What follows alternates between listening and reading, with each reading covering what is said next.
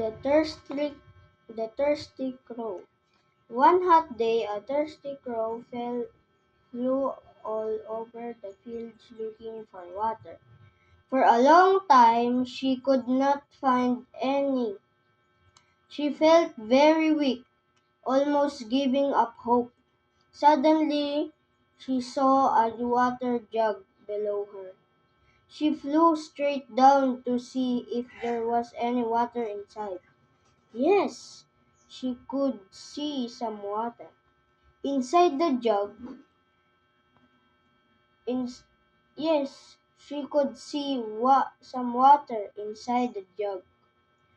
The crow tried to push her head into the jug. Sadly, she found that the neck of the jug was too narrow.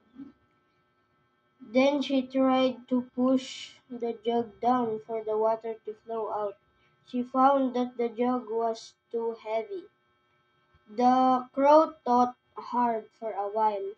Then, looking around her, she saw some pebbles. She suddenly had a good idea. She started picking up the pebbles one by one, dropping each into the jug. As more and more pebbles filled the jug, the water level kept rising. Soon it was high enough for the crow to drink. Her plan worked.